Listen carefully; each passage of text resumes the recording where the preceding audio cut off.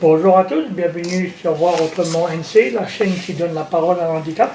Ben voilà une nouvelle vidéo où, en partenariat avec la radio de Jido, on displique l'association Les Robinson et bien sûr notre sponsor, la SFAC. Tout l'univers de l'automobile se trouve à la SFAC. Ben voilà, cette nouvelle vidéo, on va parler kinésithérapie avec le handicap.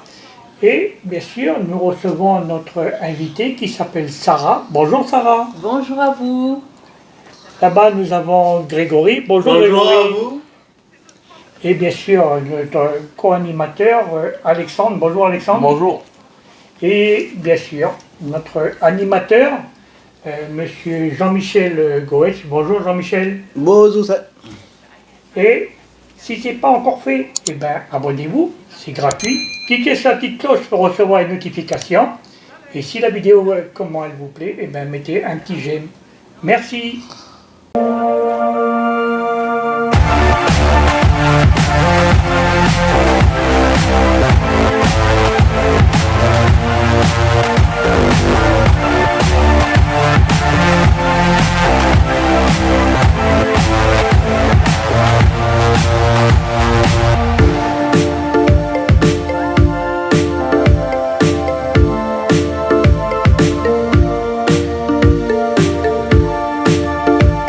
Bonjour le pays, bonjour la Calédonie. On est heureux de vous accueillir encore ce matin. Ce matin encore dans une nouvelle émission d'Ispic avec la petite famille Léo Robinson, la famille Jido et notre sœur Stéphanie que nous sommes heureux de faire la connaissance ce matin, de partager un moment avec Stéphane, parce que ben voilà, on a nos animateurs Jido qui sont toujours fidèles avec nous sur On Speak à nous accompagner au niveau de la régie. Donc grand merci à Radio Jido depuis 2015 dans ce partenariat pour cette émission dédiée au handicap. À vous la famille, humilité, respect, salutations du matin là dans vos quartiers populaires, dans vos tribus, sur nos 8 aires coutumières, nos 3 provinces, nos 33 communes. Donc big up à vous là où vous êtes. Là il suffit de beaucoup de volonté et le monde du handicap a cette volonté de vous partager son univers depuis 2015. Et donc ben voilà, si on peut aussi venir sur l'émission de radio, on a aussi nos sponsors aussi qui nous permettent de venir soutenir Radio Jido. On salue le sponsor la SFAC, tout l'univers de l'automobile, la SFAC qui ben voilà, aide les Robinson à être présents sur les ondes auprès de la famille Jido pour cette émission On Speak chaque premier samedi du mois de 9h à 10h. Donc c'est toujours une joie pour nous de partager encore un nouveau thème ce matin. Nous allons saluer nos camarades là, ici, qui sont avec nous dans les studios. Saluer le reporter, youtubeur indépendant, Michel, le grand frère, sur sa chaîne Voir Autrement NC. Voir Autrement NC. Vous pouvez vous y abonner, c'est gratos. Vous pouvez revoir l'émission aussi après sur YouTube, voir les copains et les copines qui sont intervenus, et puis les anciennes émissions aussi. On salue aussi notre petit Grégory, l'écrivain du monde de l'handicap. Bonjour Grégory, comment vas-tu mon petit frère? Bonjour, ça va très bien. Je suis ravi de vous retrouver aujourd'hui pour vous partager mon expérience de la kinésithérapie. Voilà, comme l'a dit Grégory, la kinésithérapie, c'est le thème du matin. Donc vous voyez, on continue à découvrir le monde du handicap. La kinésithérapie, c'est un domaine qui accompagne le monde du handicap depuis, ben voilà quoi. On va découvrir ça avec notre invité ce matin, que nous saluons, Sarah. Bonjour à tous. En tout cas, merci beaucoup de votre invitation ce matin. Je suis ravie d'être avec vous et je vais essayer au mieux de vous parler de mon métier. Very good. En tout cas, merci Sarah d'être avec nous ce matin. Merci, on est heureux de partager ça avec Sarah qui, voilà, et une belle voix qui va nous parler de ce domaine-là. Monsieur Alexandre, salut, comment vas-tu? Ça va. Voilà. Content d'être là. Voilà. Content d'être là. Alexandre, le co-animateur avec la bande de l'équipe des Robinson. Nous saluons donc Stéphanie à la régie et la famille Radio Jido, aussi le frère Christophe là-bas qui se cache, mais voilà, lui c'est un accompagnateur à nous. Big up à Christophe, toute la famille des Robinson qui sont toujours là auprès de nous aussi Pour ce projet-là radio, quoi, hein, on remercie toute la famille des Robinson qui ont monté ce projet depuis l'origine avec la radio Jido pour vous partager ce monde de l'handicap. Donc nous avons encore quelques émissions d'ici la fin de l'année encore pour partager d'autres thèmes.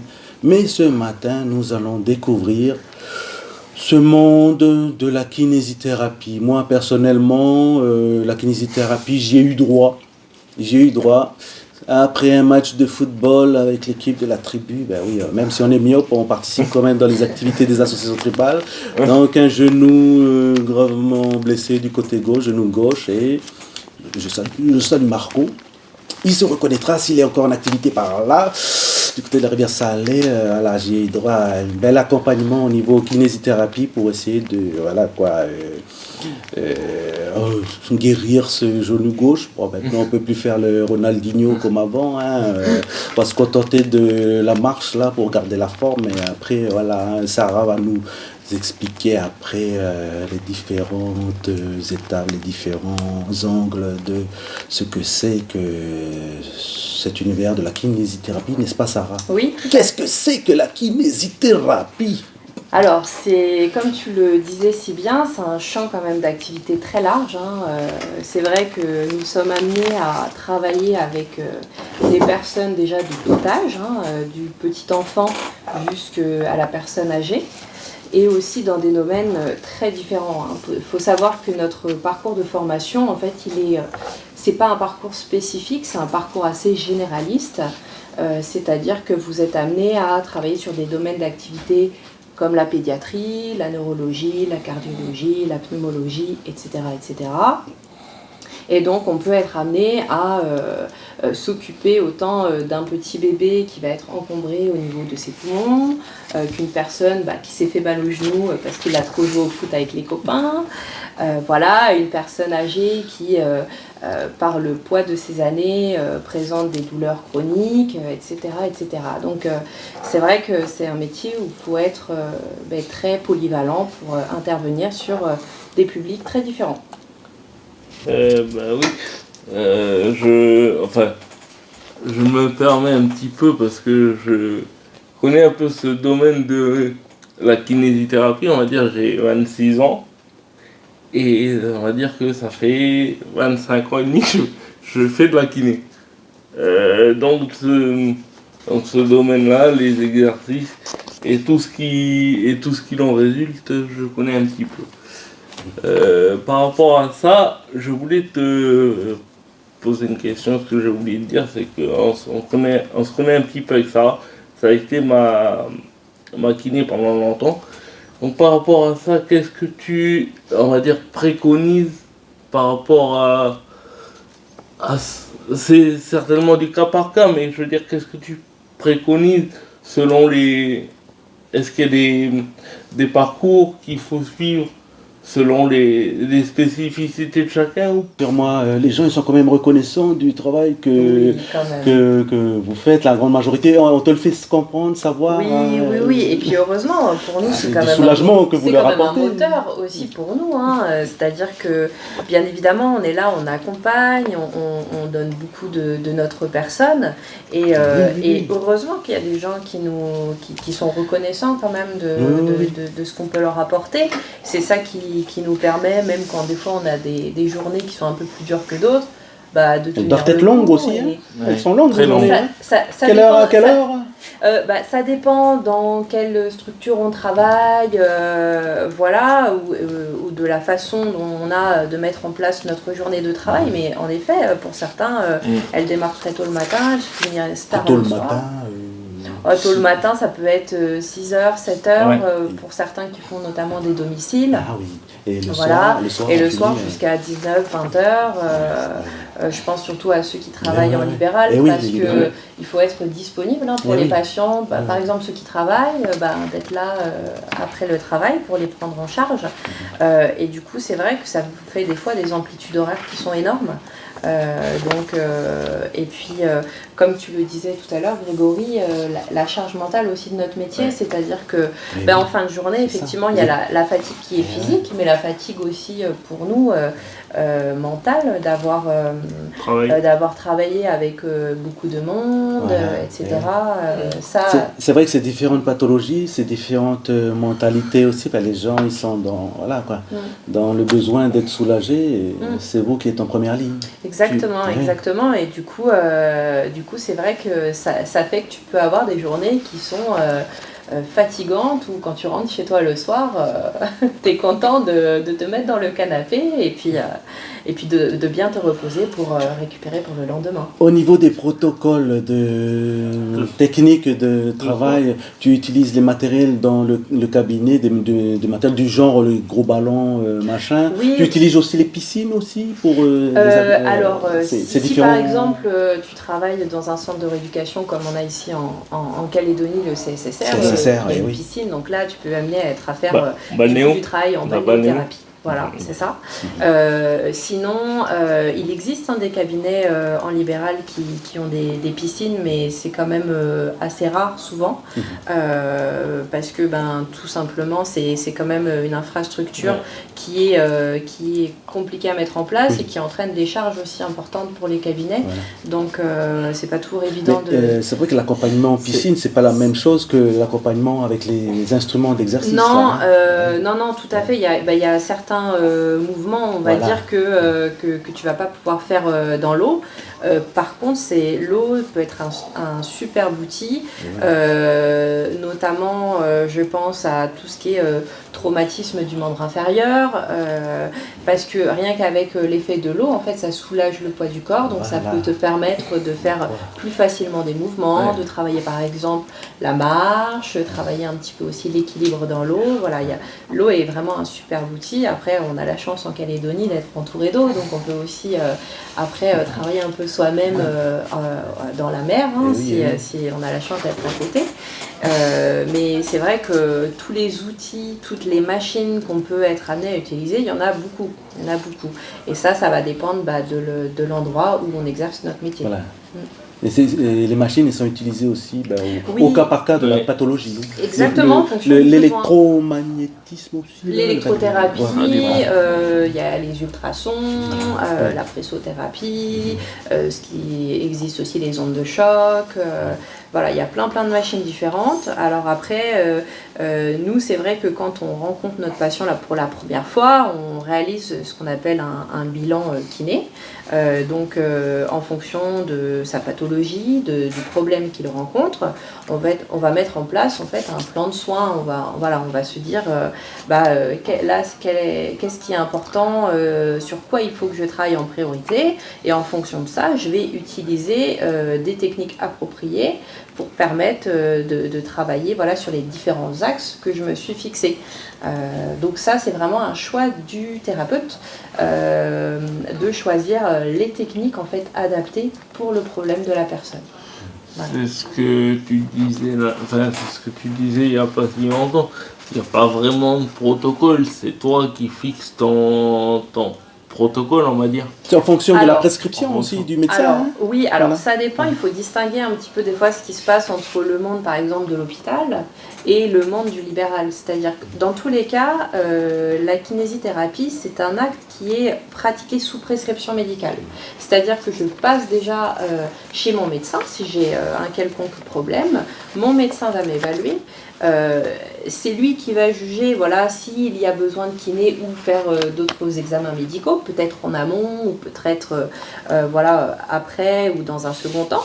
Et donc mon médecin me fait une prescription de kinésithérapie et après le kiné, si vous voulez, le médecin met sur la prescription le problème du patient, mais sur les choix de techniques utilisées, ça c'est le kiné qui a quand même le libre choix d'utiliser telle ou telle technique. Voilà. Nous on a la prescription du médecin, la prescription qui donne le pourquoi la personne vient nous voir, et ensuite dans un second temps, nous on choisit les techniques les plus adaptées pour soigner le problème. Donc voilà, c'est comme ça que ça se passe. Et dans le milieu hospitalier, en effet, là, il peut y avoir, je pense par exemple, notamment en orthopédie, il peut y avoir des protocoles un petit peu plus qui sont travaillés par une équipe médicale et par les chirurgiens en disant voilà, à tel jour on peut faire ci, à tel jour on fait ça. Donc là on suit un peu plus un protocole. Voilà. Donc, mais ça c'est quand même plus dans une structure de soins type hospitalière. Et des protocoles de remise en charge par exemple. Quand je dis remise en charge, c'est après une opération, le chirurgien donne l'autorisation de L'appui en fait. de l'appui tout simplement, de la remise en charge, et vous avez le droit d'appuyer sur... Il y a l'exercice des balances que moi j'ai pratiqué beaucoup. Ça consiste en quoi ça Alors par exemple, ça c'était pour une opération de tes Oui, jambes. c'était pour mes jambes. Voilà.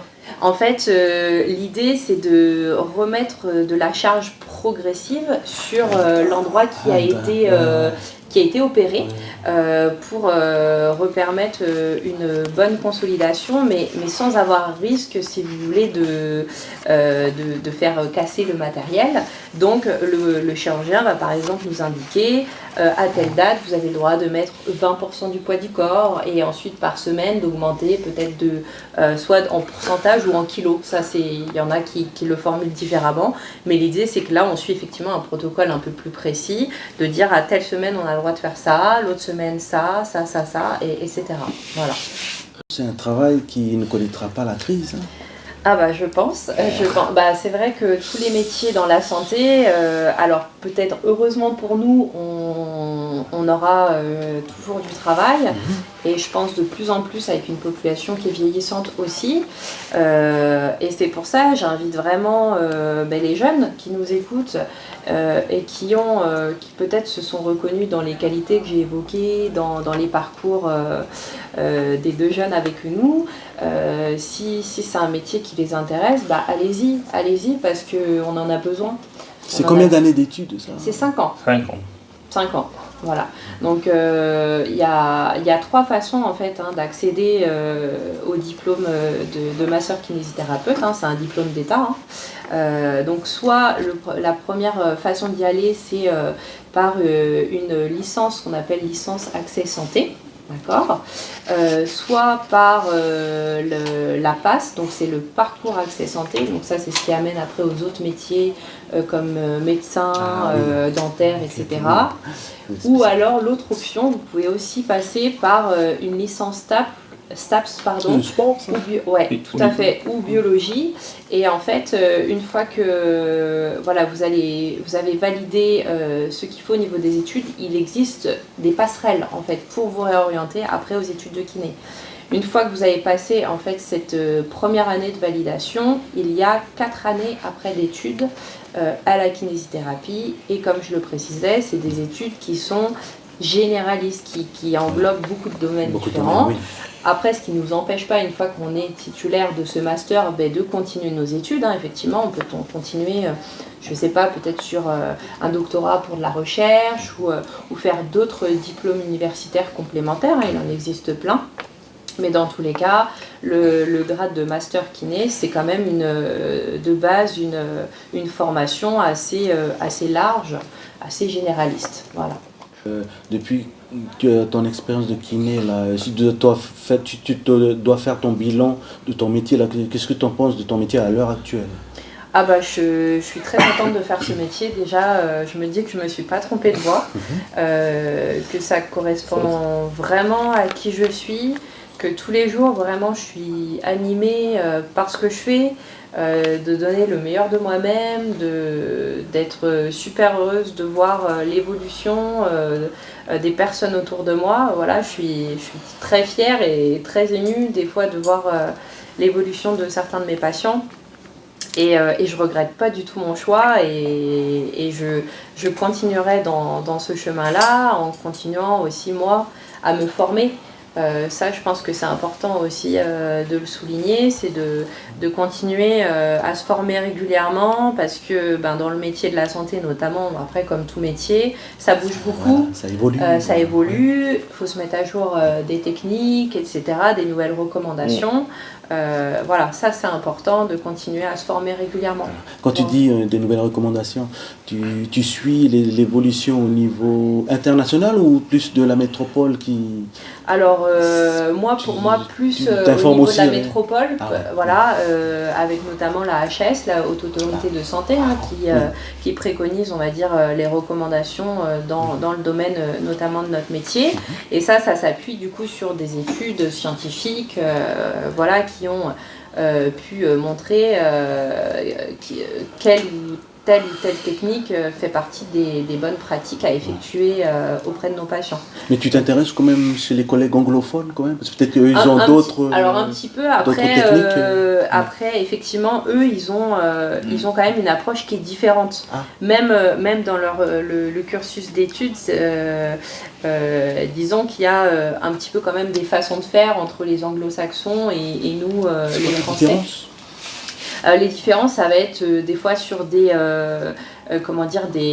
techniques spécifiques, par exemple sur des techniques articulaires. Eux, ils ont, on va dire, leur technique à eux, alors que nous, on va avoir d'autres techniques à nous avec d'autres noms, on va dire. Donc il y a des petites choses comme ça qui changent.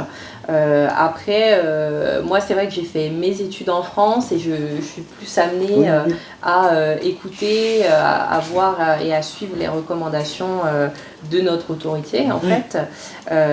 Mais ça m'empêche pas quand même de jeter un œil de temps en temps à ce qui se fait un petit peu ailleurs. Mais un petit peu moins quand même. Un petit peu moins.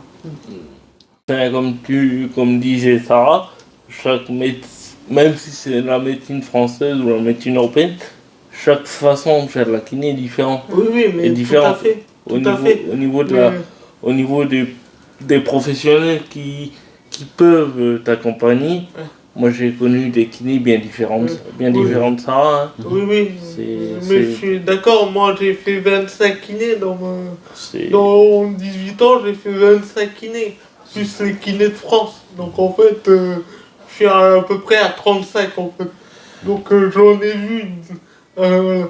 Mais ce que je veux dire, c'est, et je voudrais mettre vraiment l'accent sur ceux qui veulent être kinés, il faut s'adapter tous les jours. Faut jamais rester sur ses acquis et c'est ça le plus dur. Je pense que quand on arrive à un certain niveau, on va dire 10 ans ou 15 ans d'expérience, c'est là où on arrive à un certain niveau où on se dit ouais, j'ai déjà appris les bases, voilà.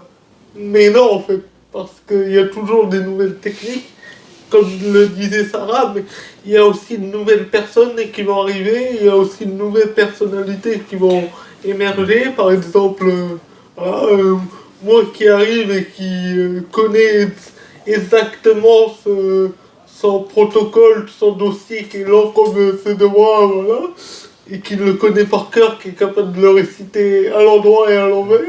Voilà, donc, voilà. En gros, voilà. Une des qualités du coup qui est importante, c'est l'adaptabilité en fait du professionnel. En effet, on a fait des études, on nous a appris tout un tas de choses. C'est vrai que quand on nous apprend à faire des bilans, on nous dit que ce qui est important, c'est effectivement de recueillir les données techniques, les données physiques du patient, hein, ce qui se passe au niveau de la peau, des tissus, etc. Mais en fait, il y a tout un versant aussi qui est super important, c'est toute la partie un petit peu sa façon de vivre, qui lui il est en tant que personne. Et en fait, derrière, c'est savoir adapter sa rééducation au patient, à l'individualité du patient en fait. Là, tu me fais penser aux gens des tribus. Tu as dû en traiter. Oui, bien sûr, bien sûr. L'environnement tribal, ça n'a rien à voir avec l'environnement urbain. Tout à fait, et les besoins ne sont pas les mêmes. Après, des fois, nous, on aurait peut-être des envies de mettre des choses en place, mais les gens, ils vont te dire, non, ça, moi, après, je vais pas avoir de suivi chez moi, je vais pas pouvoir faire. Bon ok, qu'est-ce que je peux mettre en place, qu'est-ce que je peux amener comme solution pour cette personne-là. Et en fait, pour par exemple une même pathologie, on peut être amené à faire un protocole de soins complètement différent. Parce qu'en fait, les objectifs que tu vas te fixer sont des objectifs donc kinés, mais en fait adaptés aux objectifs du patient. Ton patient, il va te dire, moi, je viens te voir, ce que j'aimerais, c'est à la fin pouvoir faire ci. Réussir à faire ça. Et ça, en fait, c'est personne dépendante. Donc, c'est là où c'est important, d'écouter, et puis de s'adapter à la personne pour vraiment coller, en fait, à ses attentes. Et vraiment écouter sans juger bêtement, entre guillemets, en disant, voilà, en disant des choses qui peuvent blesser un patient. Il faut bien se rendre compte que la personne que vous avez en face de vous, on va prendre mon exemple. Et moi, j'ai bossé de mes 11 ans à mes 18 ans sans arrêter, en réfléchissant à mon handicap et tout. Et on arrive à 18 ans, on vous dit, t'es arrivé au plus haut niveau de tes arrivées. On me dit, pareil à 14 ans, tu ne peux pas marcher sans canne. Parce que moi, c'est mon objectif. Marcher sans canne. Courir peut-être. Faire tout ce que quelqu'un de valide fait, mais selon mes capacités. Ton objectif, c'est de marcher sans tes 2 cannes que tu utilises là actuellement. Mais correctement. C'est vraiment de façon correcte. Parce que là, à l'heure où je vous parle, je serais peut-être capable de marcher sans canne, mais de façon incorrecte, et je pourrais détruire mon corps. Là, c'est... Voilà. Et je prendrais le schéma de marche... Parce que là, tu as quel âge là? 24 ans. Voilà, tu es encore jeune, donc oui, tu te laisses la marge de... J'ai encore jusqu'à mes 36 ans à peu près pour espérer une progression, on va dire, rapide, et après, elle sera beaucoup plus longue et on la comptera en dizaines d'années, quoi. Et voilà. Mais quand on a 10 ans, je continuerai à m'entraîner, quoi. Mais voilà. On te souhaite bon courage dans cet objectif, hein, parce que quand même, tu reviens de loin. On t'a promis une vie sur fauteuil roulant, alors que finalement, tu es là devant nous, tu viens tout seul avec tes 2 béquilles. Donc tu as pu un peu déjouer les pronostics. Je fais 10 km à pied, je fais des tractions, je fais des pompes, je fais des abdos, je fais des squats et... On est de tout cœur avec toi pour atteindre cet objectif de te débarrasser de tes béquilles. Mais voilà, prends quand même soin de toi et puis va pas te détruire ton corps quand même. Et c'est ce que j'ai envie de dire, c'est que je prépare mon corps à pouvoir supporter la marche en canne. C'est tout ce que je fais, c'est pour pouvoir supporter la marche en canne. C'est pas juste faire le beau pendant 6 mois et dire je marche en canne. C'est pas pour retourner en fauteuil toute ma vie derrière et avoir un corps complètement atrophié ou brisé parce que j'ai fait le bon pendant 6 mois. Et donc les gens qui sont un peu comme moi, qui sont, on va dire, impatients de base et qui ont beaucoup d'objectifs fous, je dirais, vous êtes les artisans de votre propre réussite. Personne n'étant en capacité ni même en droit de vous dire ce que vous avez le droit ou pas. Vous avez des rêves, vous vous donnez les objectifs. C'est tout. Et, voilà. Mais de façon correcte. Voilà. Ton objectif, c'est de marcher sans canne. Et de marcher sans béquille, voilà. Sans canne longtemps. Voilà. Quand j'aurai lâché les 2 cannes, c'est pas pour les reprendre 6 mois après ou pour les reprendre. Non, c'est vraiment quand j'aurai le corps possiblement en capacité. Voilà. Et à l'heure d'aujourd'hui, très honnêtement, je n'ai pas les capacités. J'aurai les capacités de marcher sans canne pendant 6 mois, en forçant, en me mettant dans la tête que je suis. Mais j'aurais détruit mon corps en moins de 6 mois. Voilà. Donc faut faire quand même attention. Oui, on est de tout cœur avec toi, mais voilà. Oui. Par contre, la famille, on va approcher de la conclusion de notre émission. Mon cher Grégory, voilà, la famille, c'est notre ovni de la communauté de l'handicap. Voilà. C'est le petit jeune là, c'est un écrivain aussi, voilà, il vient de vous spolier un peu son bouquin, mais si vous voulez l'acheter, il est à combien 1600 francs. Voilà, 1600 francs. C'est en fait, le titre c'est Je suis différent, mon autobiographie. Voilà. Et j'ai écrit aussi Le Voyageur, un recueil de 100 poèmes. Mais ton biographie, ça rejoint l'émission où les gens ils peuvent vérifier tous tes dires de ce matin. Voilà. Donc, où on peut se le fournir, ton bouquin on peut, mon numéro de téléphone, c'est le 91 57 80. Répète-le. 91 57 80. À combien à 1600 francs. Voilà, si vous voulez encourager ce jeune écrivain, là, vous pourrez découvrir sa vie avec les kinés, là où il a tout mis en autobiographie, notre cher Grégory Boulanger, pour ne pas le citer. Ben voilà, la famille, on arrive à la conclusion de notre émission. Sarah, à toi le mot de la fin. Eh bien écoutez, en tout cas, suivez vos rêves, que ce soit effectivement dans des objectifs comme Grégory, ou si vous avez l'âme d'être un soignant et un kiné, suivez vos rêves. Encore un grand merci du fond du cœur, Sarah, de nous avoir rejoints ce matin pour partager cet univers de la kinésithérapie. Avec grand plaisir. Voilà. Ben, la famille, hein, vous avez encore découvert quelque chose ce matin.